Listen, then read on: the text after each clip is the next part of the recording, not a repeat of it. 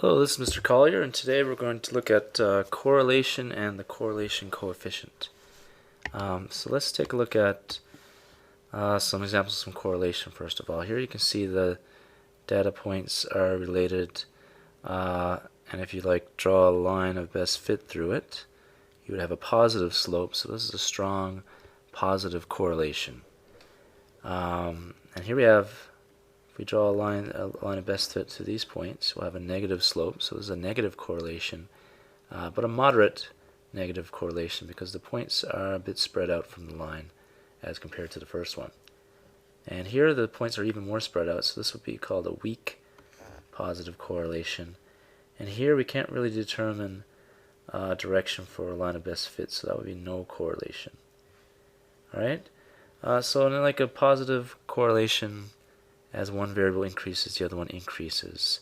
For example, maybe studying time increases, then your grade would increase on a test. So here's how we measure correlation mathematically. It's called the Pearson's product moment correlation coefficient, or just R. Okay, so that's the symbol for it. And here's how we calculate it by hand. We're going to learn how to calculate it on the calculator in a second. But we basically calculate this right here, which is the covariance of x and y. So we sum up the x times y divided by the number of data values, and then minus the product of the means. Okay, and then sx and xy here are just the standard deviation of the set x and y. Alright, so when you calculate this, you always get a number between -1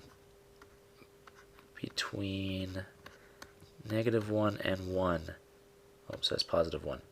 So if you get exactly +1, that's going to be a perfect positive correlation, and -1 is a perfect negative correlation. And if you get 0, then there's absolutely no correlation at all. Okay, and then the closer you get to 1, the stronger the correlation, and the closer to 0, the weaker the correlation. So here's some examples. This is R equals exactly 1, so that's a perfect correlation, and -1, that's a perfect negative correlation. Okay, here we have R equals about 0.8, so you can see it's very easy to see that you can draw a line of best fit like that through there. This is a weaker correlation, so that's 5, closer to 0. And this is much closer to 0, so this is a very weak correlation. This one will be moderate. And here we have the negative case, so it's a strong negative correlation, a moderate negative correlation, and a weak negative correlation. Alright, so we're going to look at an example now. We have 8 students completed exams in economics and biology. So we're going to see if there's a relationship between the economics and biology scores. For example, does scoring higher on economics mean you could predict that a student would score high on biology? So we can list all the data here for x. We'll call x maybe economics and y biology, and then the y is down here for biology scores. And then you multiply. So you multiply the x times the y to get the column xy. So I've got all that worked out right here. So here I've got all the x values, all the economic scores, all the biology scores, and then I multiplied them here. So 64 times 53 is this amount, and then you add them all up, you get the sum. And that's going to be 30,430. And then down here I have the mean of the biology scores and the mean of the economic scores and the mean of the biology scores, and then we can work out these statistics. So if you do that, you can calculate. Now this is the standard deviation, so that's the Sx and the Sy. Remember the correlation coefficient is Sx y divided by Sx times Sy. So we have Sxy and we have Sx and Xy, so we can just calculate the correlation coefficient by dividing those quantities, and we get 0.928. So that's very close to 1. So it's a strong positive correlation, meaning the higher the economics mark, the higher the biology mark. Okay, so that's how you do it by hand. We're going to show how I did it on the calculator in a few seconds. Let's take a look at some more correlations first, though. So let's match these graphs to the correlations. So this is a negative correlation, and it looks like a fairly moderate negative correlation. Alright, and here is a positive correlation, so I would say that is a moderate positive correlation. Here there's no correlation at all, the points are scattered everywhere, you couldn't draw a line of best fit through there. Here is a moderate positive correlation. Actually, I'm going to change my answer to this one here. I think that's a bit of a weak positive correlation. Alright, weak positive correlation. Here's a perfect negative correlation. And here's a, well, this actually looks like the first one here. It's exactly the same. So that's a moderate negative correlation. Anyway, so the numbers here, like perfect negative correlation, that would definitely go with this one. If I had the correlation of 0.5, that would probably go with this one right here. Negative, that would be a negative slope. So negative, maybe negative, we'll go right here, and so forth. So you can kind of get an idea that positive correlations have a positive correlation coefficient, and they're very strong correlations. Then they have a number that's closer to 1 or closer to -1.